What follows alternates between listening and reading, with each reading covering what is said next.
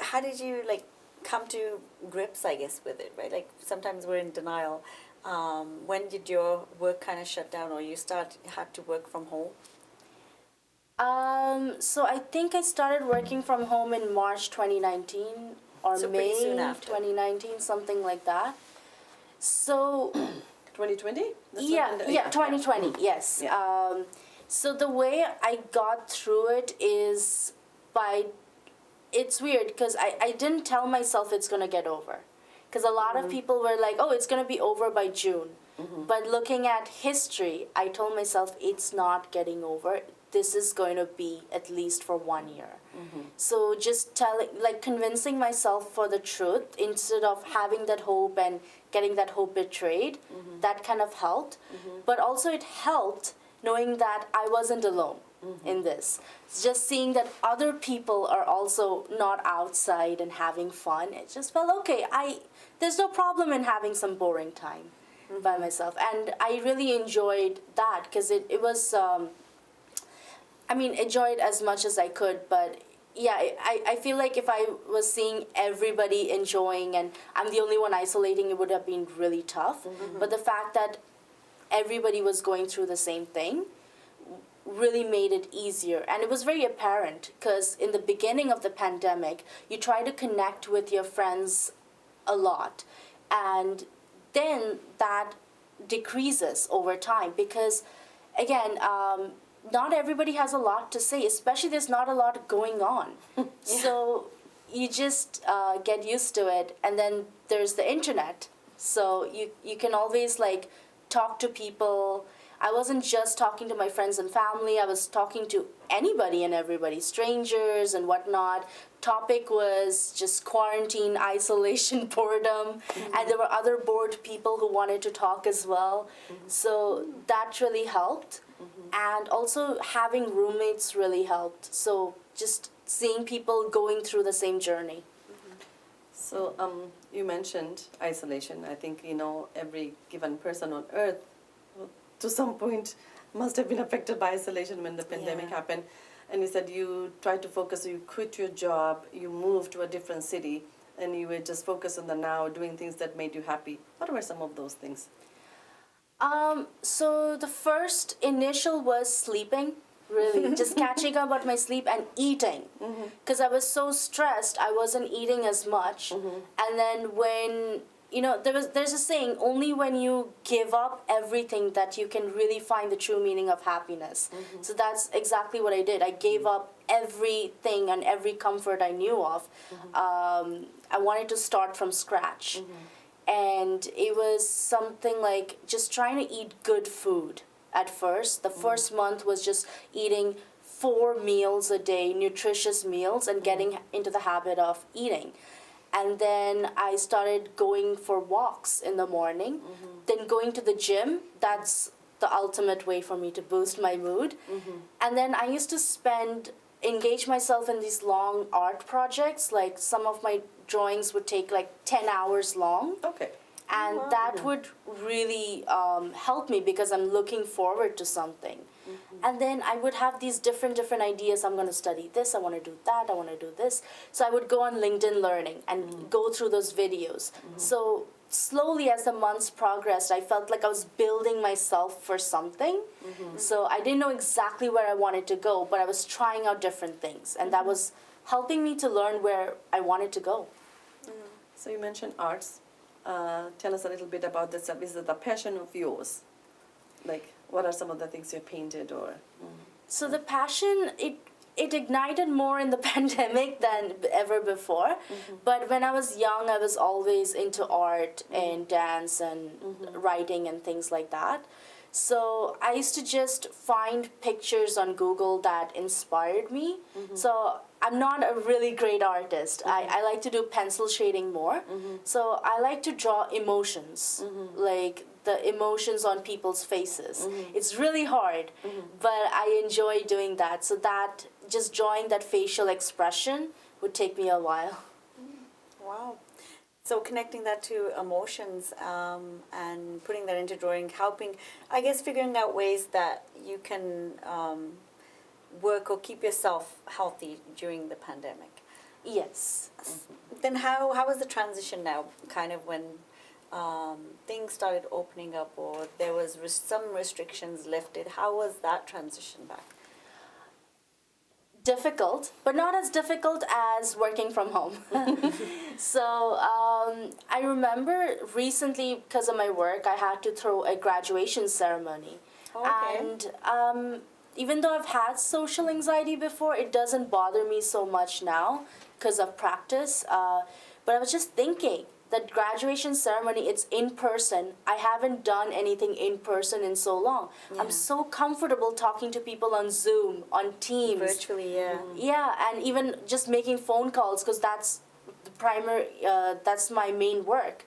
But just having to see people in person making small talk, that was really difficult. So thankfully my other coworkers were there handling the small talk. But it's like, I've done graduation ceremonies before, but why does it feel like I forget everything? So I had to literally Google what are the different things that people do in events, what are the things that people talk during small talk and whatnot. Yeah. Wow. And I know you had mentioned you had social anxiety. So how did you overcome that? What steps did you take for yourself? Lot of counseling. So I had a variety of different things going on in my life that was making me more socially anxious. But just like going for counseling, going for it was a lot like exposure therapy. I remember back in 2013, my counselor was like, you don't need to try to make friends. First, go in a room where there are other people and just sit. All you have to do is be able to sit for an hour or be able to sit in a restaurant and eat for that 20 minutes instead of rushing off and being in front of a screen, which is so much easier. I know that's difficult. Even sitting somewhere for an hour, you kind of feel awkward, right? It's like, I don't know anybody, I'm by myself, I'm sitting here, and I Yeah. should talk to somebody. Oh yeah. It definitely does feel awkward in the beginning, but like making those small steps and not focusing so much on the outcome and just really making those into like really small steps, like congratulating yourself, just getting out of your home, right? Yeah. Getting yourself to be in that restaurant. It was a big thing. But the biggest reason I was able to overcome my social anxiety was because of my work. So it kind of forced you into Yeah. to Like, deal with it. absolutely. Like I remember before I took my current job, I used to tell myself I will never go into sales. Even though what I do is not exactly sales, it requires a lot of sales skills. And then I got into it and I made a lot of mistakes in the beginning. But then, you just keep going. Just more practice. And now it just becomes a second nature to you. That's good. So what do you plan in the future? What do you see yourself, or what else do you want to do? Good question. There's just so many options.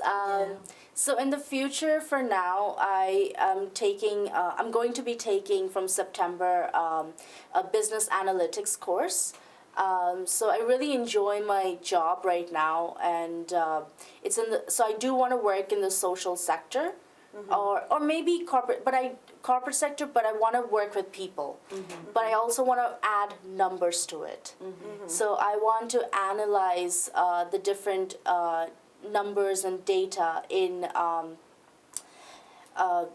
like a company, especially like let's say in the HR sector, right? And see what's the employee turnover rate, or what can be done to make employees happy and want to stay in a job, right? So I think that's like a universal problem in every single company, that employees leave. So like just to analyze things like that and how to make things a better work environment for people. So that's my interest area. And I just want to mention one thing.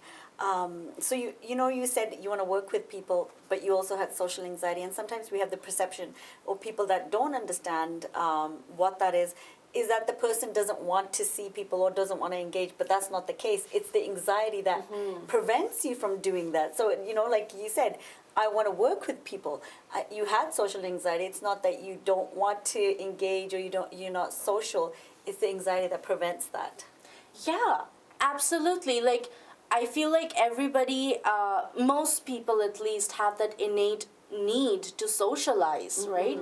But it's that overthinking. And what therapy or mental health really helps is to rationalize that overthinking and to make it more reasonable, that you can function and do the things that you really want to do and love. So, Hannah, I want to understand the role of a job developer. What does a job developer do? So when I started in the company, I worked just as a job developer. Now I pretty much do everything. So as a job developer, so think of it this way. So when you're going for a college or university, right? So somebody has to find students for that college, for that course. And then that course has a practicum or a job placement internship thing, right? So somebody has to attach those students to a practicum placement. So that's what a job developer does. It connects your students or your participants to different employers for possible practicum or work placements, so your participants can gain the necessary experience they require in order to get paid work in the future. Okay. And then, so you said, you also do other things now, as well as your job developer title. What other things kind of do you get involved in or you take part in? So part of that is like, I guess, doing ceremonies or having events? So other things that I do other than finding practicum placements for participants is that I do the marketing and recruitment as well.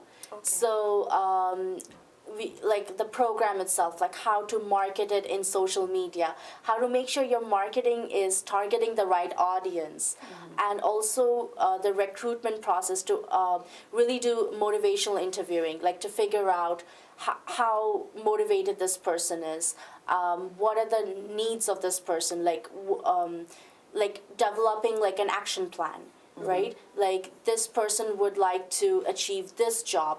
For that, they require this, and this to really understand that.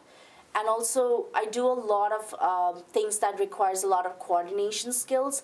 So as part of my the project that I work in, I have to coordinate the different trainings, the attendances, then also I have to talk to other business stakeholders in order for those participants to get approved into the program. So there's a lot of that administrative aspect and having to remember and coordinate, this needs to be done, that needs to be done, this has to be in this budget. So that's kind of the things that my role went into as I progressed in the company, which I very much enjoyed.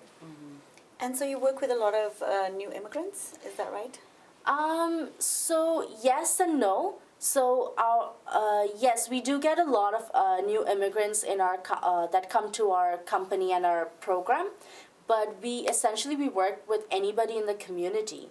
So anybody who's looking for a job, anybody who's looking for free trainings, anybody who's looking to do a career change or to really really improve their career in a different way. So we work with those individuals to help them get those services. And I think one of the challenges is, I think we have the services. We recognize that we have services in the community which people can access. But what about, there's also a huge cost, when you want to do career changes and things like that, there's such a huge cost attached. Do your program provide any funding to participants? Absolutely. So that's why I mentioned free trainings. So it is all of our programs are, I think most of our programs are 100% government funded. So the program that I work with is a PBLMT, which is project-based labor market training. So what that means is I deal with participants who have EI attachments. So if they are currently on EI or have had EI, they're able to be in this program.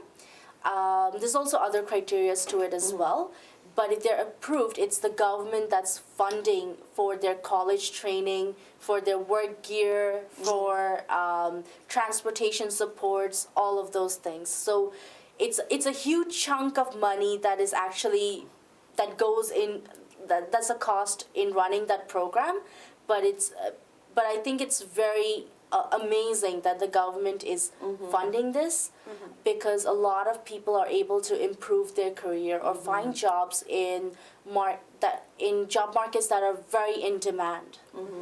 Well, I'm glad I asked that question. Thank you for clarifying that you have to be attached to EI or something. Here I was thinking, maybe I can do a career change. And is there any age restriction or anybody can? So it is more like it's different program caters to different people. Okay. So let's say if you're a general client, you have never had EI before, we do have programs in like CWRG programs, and there are many other programs that would cater to those needs. So the program I specifically work with, which is PBLMT, that's related to EI. Yeah, so that's kind of the idea. I forgot what your other question Age, was. like is there age, obviously you have to be an adult, but is there age cap? Not for my the program that I work with. There are one or two programs that has a age restriction, especially the youth programs. But if it's not youth, or then it's pretty much anybody can be in the program. Okay. So you're working full time right now? Yes. And then, as we know, things are getting back to close to where they were before Yes. the pandemic. So what do you do for yourself now? Like, are you back to the gym? What kind of for your own mental health, wellness, what do you do for that? So gym is definitely a constant, and speaking from things going back to normal, as of this Monday, we are going all in person now. So I am looking forward to that. We were practicing hybrid for a while.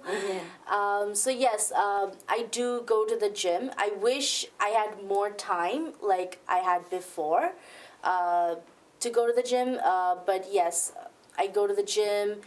Sometimes I watch movies. I socialize much more than I used to. So all of those are more of my extracurricular activities. But again, some of my extracurricular activities, like I have tried a lot of new things in 2022. I don't know. So I started.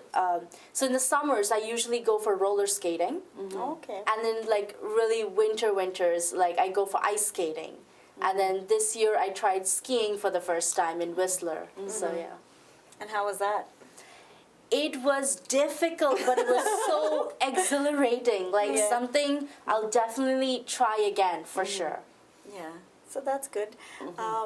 Yeah, we wish you all the best for the future, and it seems like you made so many positive strides and heading towards where you're going to head, and your future plans of taking more courses, so hopefully that goes your way, and thank you for coming to MindSense. Yeah. Thank you so much for inviting me, and it was a pleasure talking to both of you. Yes, Thank you so much, you Ahana, and I wish you all the best with all the extracurricular activities that you're doing, all the adventures you're doing. It's you come to the right place. We have the mountains, the snow, the ocean, and everything. So enjoy, and Yes. thank you again for your time. Absolutely. Thank you.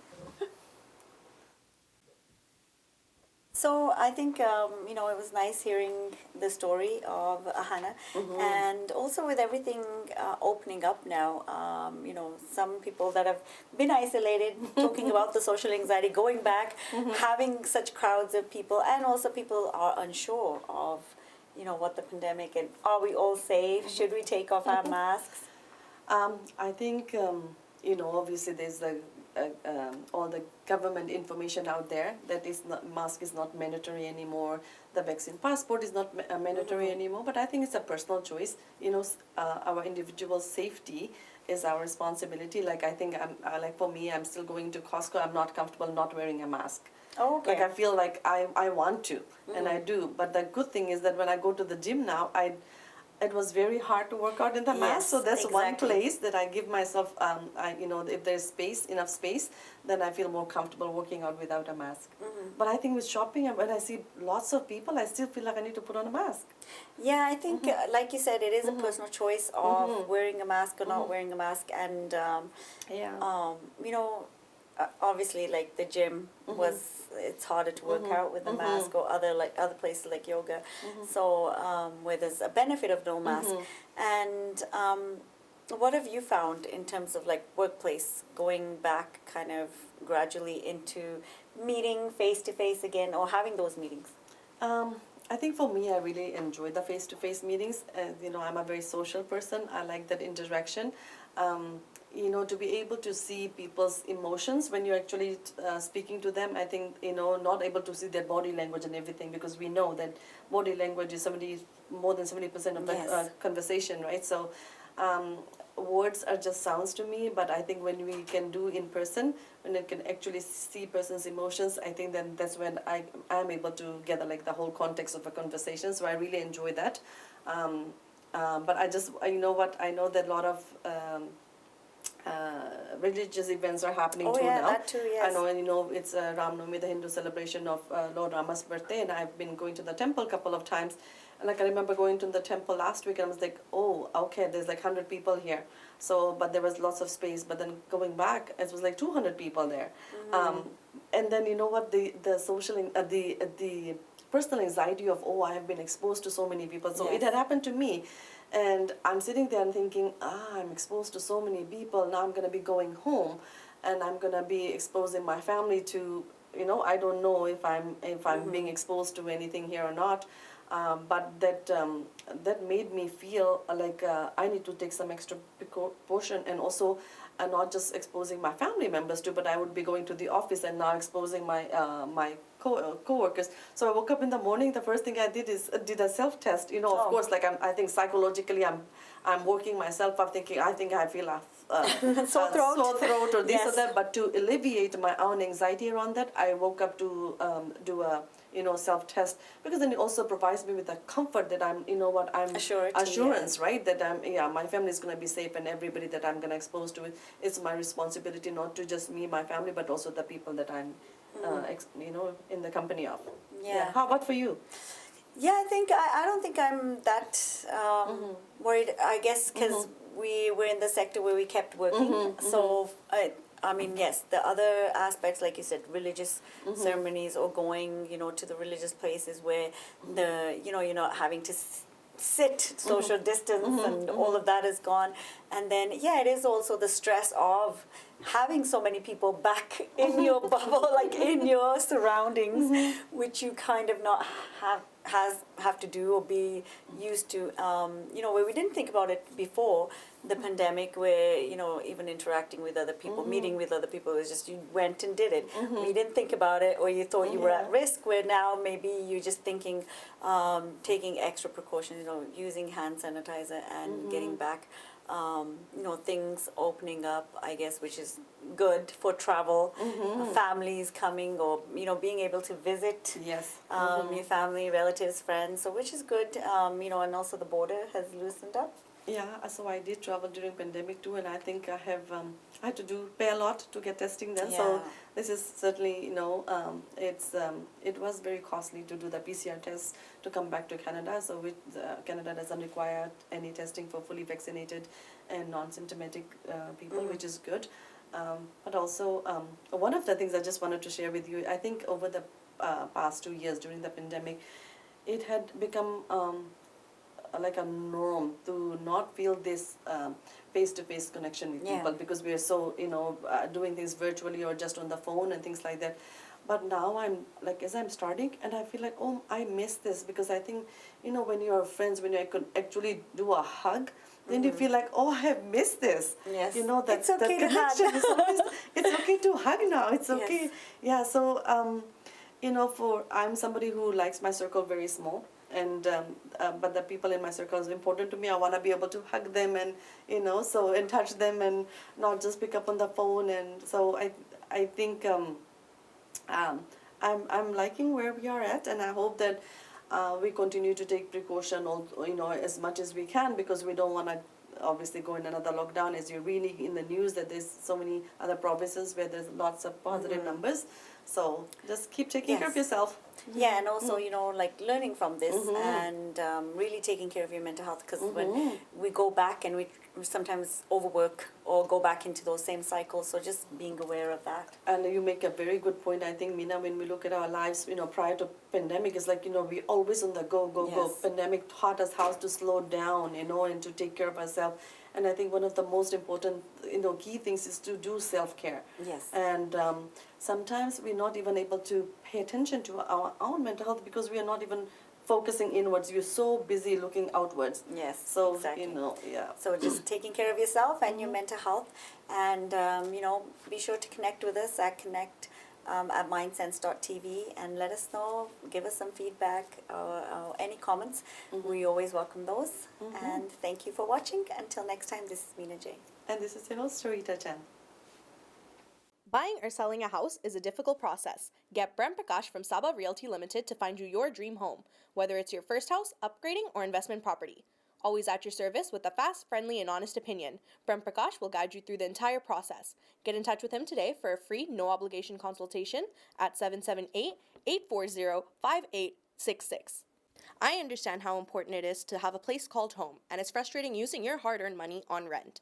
Vic Prasad can make you a homeowner. Get pre-approved services provided to first-time buyers and new immigrants. You can qualify for mortgage even if you have bad credit. Call Vic Prasad now on 604-306-6647.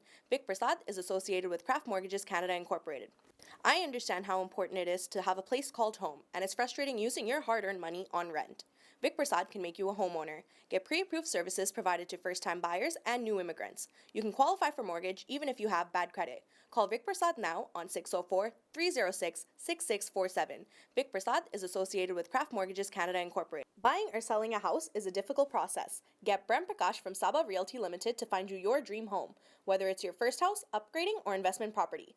Always at your service with a fast, friendly, and honest opinion, Brent Prakash will guide you through the entire process. Get in touch with him today for a free, no-obligation consultation at 778-840-5866. I understand how important it is to have a place called home, and it's frustrating using your hard-earned money on rent. Vic Prasad can make you a homeowner. Get pre-approved services provided to first-time buyers and new immigrants. You can qualify for mortgage even if you have bad credit. Call Vic Prasad now on 604-306-6647. Vic Prasad is associated with Craft Mortgages Canada Incorporated. I understand how important it is to have a place called home, and it's frustrating using your hard-earned money on rent. Vic Prasad can make you a homeowner. Get pre-approved services provided to first-time buyers and new immigrants. You can qualify for mortgage even if you have bad credit. Call Vic Prasad now on 604-306